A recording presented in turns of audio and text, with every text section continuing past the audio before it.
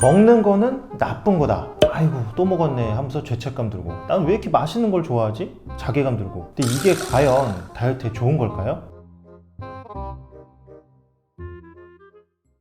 안녕하세요, 살빼남입니다. 자, 음식 먹을 때는 참 맛있었는데 먹고 나서 죄책감을 느껴본 적 있으신가요? 아마 있으실 거예요. 자, 그런데 이 죄책감이 과연 다이어트에 도움이 되는지 안 되는지 오늘 한번 알아보겠습니다. 일단 이 음식 먹은 후의 죄책감은 우리나라에만 있는 건 아니고요, 전 세계에서 공통적으로 발견되는 현상이에요. 자, 미국에서 2,000명을 대상으로 한 연구에 따르면 사람들이 음식을 먹고 나서 죄책감을 느끼는 횟수가 일주일에 5번 정도였다고 합니다. 특히 72%의 사람이 음식을 먹은 지 10분이 지나기 전에 죄책감을 느꼈다고 하고요, 51%의 사람이 음식에 대한 죄책감이 자존감을 낮춘다고 이야기하였습니다. 자, 죄책감을 일으키는 가장 주된 원인 5개를 순서대로 1위부터 보자면은, 자, 건강에 안 좋은 음식이 51%, 설탕이 많이 들어간 음식이 44%, 과식과 폭식이 43%, 기름기가 많은 음식이 41%, 체중에 대한 불만이 35%였어요. 자, 현실에도 사실 이러한 일은 많이 보기도 하고 실제 겪기도 하는데, 자, 우리가 사실은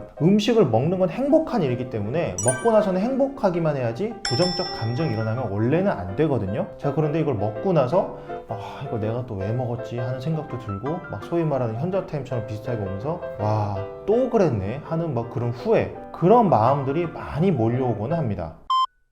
자, 그렇다면 음식에 대한 죄책감은 왜 느끼게 되는 걸까요? 1번, 자기가 자신을 통제할 수 없는 데서 오는 자괴감. 자제력이라는 게 있죠. 자기가 자신을 통제할 수 있는 그런 능력. 예를 들어서 앞에 어떤 먹을 게 있는데 정말 맛있는 건데 내가 안 먹고 참았어요. 자, 그럼 뭔가 막 승리한 것 같고 내가 대단한 사람이 된 것 같고 기분이 정말 좋겠죠.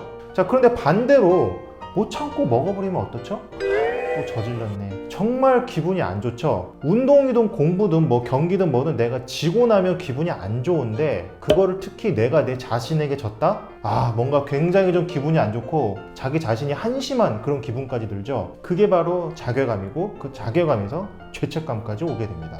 2번, 음식이 나쁘다는 것은 학습된 것이다. 자, 어떤 음식이 좋다 나쁘다는 보통 여러분 생각하시기에 굉장히 과학적 근거로 딱 돼가지고 그런 인식이 있을 거다라고 생각을 하실 텐데, 은근히 그렇지 않을 수도 있습니다. 자, 조선일보 2019년 12월 14일자 기사를 보시면 디온테 버튼 선수가 이 우리나라 국수나 떡볶이 같은 거를 먹고 자, 살도 빼고 건강도 되찾았다 라는 그런 이야기가 있습니다. 자, 미국 기준으로 보자면 국수나 떡볶이가 생각보다 몸에 괜찮은 그런 음식인 거예요. 자, 또 다른 예가 있는데, 여러분 식혜하고 콜라가 있으면 왠지 식혜가 좀 더 건강한 음식 같다고 왠지 느껴지시죠? 근데 식혜에 설탕이 굉장히 많이 들어있는 경우가 많기 때문에 알고 보면 식혜가 콜라보다 더 안 좋은 경우도 꽤 많이 있습니다. 저 음식은 건강에 안 좋다, 살찐다.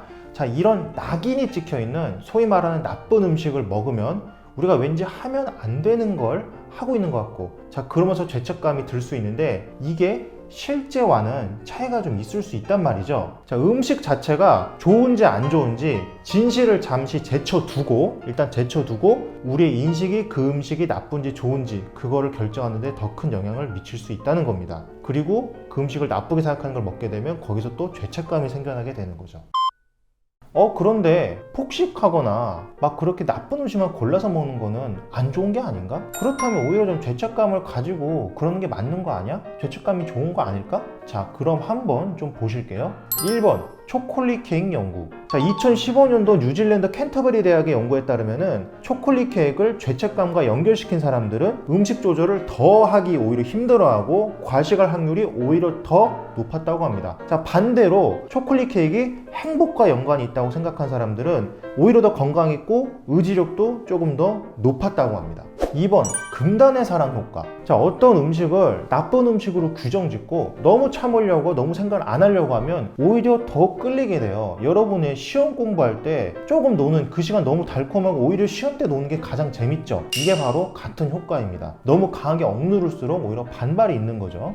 3번, 폭식, 절식, 반복 사이클. 자, 음식에 대한 죄책감을 가지면 음식에 대한 좀 잘못된 인식이 생겨서요, 그거를 막 너무 죄악시하면서 무조건 참고 하다가 결국 빵 터지죠. 그럼 폭발해가지고 또 그걸 엄청나게 먹고 폭식을 하게 돼요. 자, 이런 식으로 폭식과 절식을 무한 반복하게 되면서 정말 악순환이 계속되는 경우가 많습니다. 즉 결론적으로 음식에 대한 죄책감을 가지는 것은 다이어트에 크게 도움이 되지 않습니다. 자, 우리가 뭔가 먹고 나서 느끼는 죄책감이 다이어트에 그다지 도움이 되지 않는다는 걸 이제 아셨을 거예요. 자, 그러면 과연 어떻게 해야 될까요? 자, 가장 핵심은 음식과의 관계를 다시 건강하게 만들어야 된다는 거죠. 음식을 뭐 꼭 참아야 될 거, 막 죄악, 나쁜 거, 무조건 참는 거 이렇게만 생각할 게 아니라 음식을 내가 어느 정도 좀 즐기면서 그러면서 또 조절을 건강하게 해주는 이런 건강한 관계를 다시 되찾아야 합니다. 1번, 언제든지 먹을 수 있다. 자, 오늘 영상의 핵심 중에 핵심입니다. 자, 지금부터 저를 따라해 보세요. 언제든지 먹을 수 있다. 다시, 언제든지 먹을 수 있다. 다시, 언제든지 먹을 수 있다. 여러분, 음식은 무슨 죄악스러운 게 아니에요. 먹고 행복하셔도 됩니다. 음식을 막 절대 먹으면 안 되는 거, 나쁜 거 적으로 규정 짓고 그렇게 하지 마세요. 그게 더 힘듭니다. 아, 근데 나는 폭식할까봐 너무 무서워. 자, 폭식을 무조건 무서워하실 게 아니라 그 음식을 좀 적당량만 좀 먹는다든지 좀 조절하면서 먹는다든지 아니면 대체제를 찾는다든지 이런 식으로 자꾸 바꿔갈 생각을 하면서 그러면서 좀 해결을 해주셔야 됩니다. 자, 물론 여기서 적당량은 살이 안 찔 정도의 적당량을 말하는 건데요. 자, 이건 뭐 좀 케바케가 있습니다. 뭐 사람마다 성별, 몸무게, 뭐 키가 다 다르기 때문이죠. 그래서 내가 어느 정도 살이 안 찌겠다. 이렇게 좀 적당량을 찾아가는 좀 과정도 중요하고요. 그리고 적당량을 먹을 뿐만 아니라 좀 대체제를 좀 찾아서 무작정 참는 게 아니라 그걸 좀 풀어주는 그런 방식도 좀 필요합니다. 2번, 제 시간에 규칙적으로 식사를 하자. 자, 음식에 죄책감을 느끼다 보니 막 굶었다가 또 폭식했다가 이런 폭식 절식 사이클을 또 반복하게 되거든요.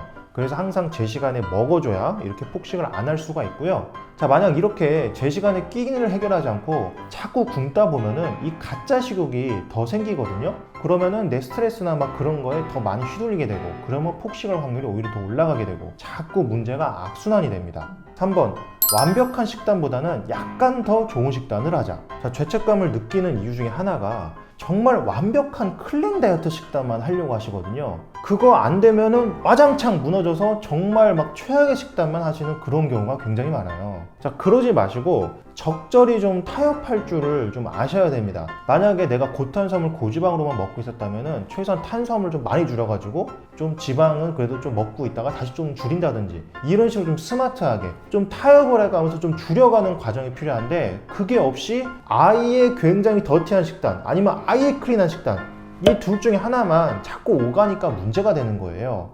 4번, 내 감정을 식사 전후에 기록으로 남겨보자. 자, 일종의 다이어트 일기인데, 자, 다이어트 일기는 내가 음식 먹은 종류, 양, 시간만 적는데 그것만이 아니라 내가 그걸 먹었을 때 감정이 어땠는지 그 감정까지 같이 적어주는 거예요. 자, 부정적인 감정으로 먹을 때는 소위 말하는 굉장히 좀 더티한 음식, 살이 많이 찌는 음식을 좀 먹을 확률이 높아지죠. 자, 그렇기 때문에 내가 어떤 음식들을 먹었을 때 어떤 감정이었다, 내 감정이 뭐 이런 상태면 이런 음식을 먹더라 이런 거를 기록하고 알게 되는 거는 이 다이어트 계획을 짜고 할 때 굉장히 큰 도움이 됩니다. 자, 그래서 뭐 실제 기록은 어떻게 하면 되냐, 이거는 뭐 직접 수첩에 뭐 적으시든 아니면 뭐 핸드폰에 뭐 이렇게 적으시든 사진을 찍으시든 편하게 마음대로 하셔도 되고요. 단지 중요한 건 기록으로 남겨서 내가 이거를 분석하고 관찰할 수 있게 해주는 거죠. 구독과 좋아요를 누르면 요요가 안 올지도. 자, 오늘 영상의 가장 핵심은 음식을 먹고 나서 죄책감을 느끼지 말고 음식을 죄악시하지 말자는 거예요. 자, 음식은 음식일 뿐 우리 인간의 선악이나